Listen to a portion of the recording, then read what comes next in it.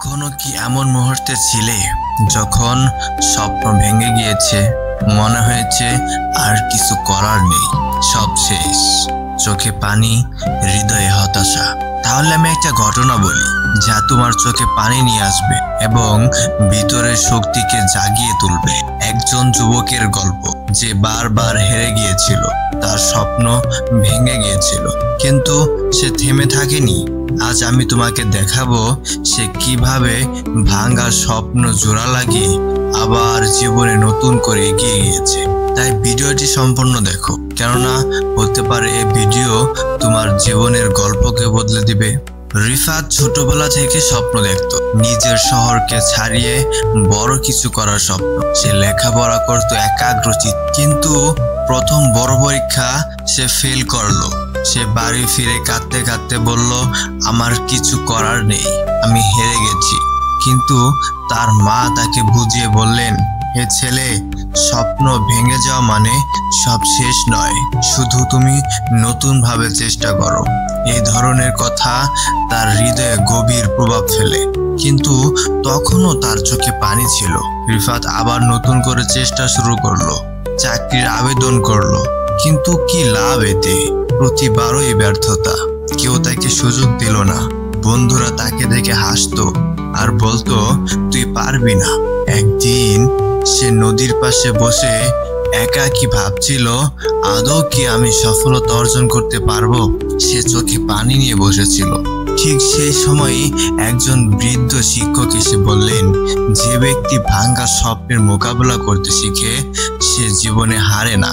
তুমি রুখে দাঁড়াও, তোমার ভিতরের শক্তি তোমাকে সাহায্য করবে। কথাগুলো রিফাতের হৃদয়ে নতুন আশা জাগায়। শিক্ষক হাত বুলিয়ে সাহস দিলেন। রিফাত সিদ্ধান্ত নিল, সে ভাঙা স্বপ্ন আর পরাজয় হিসেবে দেখবে না। সে তার বড় স্বপ্নকে ছোট ছোট লক্ষ্য হিসাবে ভোগ করলো। প্রতিদিন নতুন কাজ, ছোট ছোট সফলতা তাকে শক্তি দেয়। ব্যর্থতা মানে শেষ নয়, চেষ্টা চালিয়ে যাওয়ার মানেই হচ্ছে জয়। সে শিখলো ধৈর্য ধরে অপেক্ষা করতে এবং কখনো হাল না ছাড়তে। দিন যায়, মাস যায়, ধীরে ধীরে রিফাত আত্মবিশ্বাসী হয়ে ওঠে। সে নতুন লক্ষ্য নিয়ে ভবিষ্যৎ দেখলো। সে পরিকল্পনা করে ছোট ছোট কাজ সম্পন্ন করে।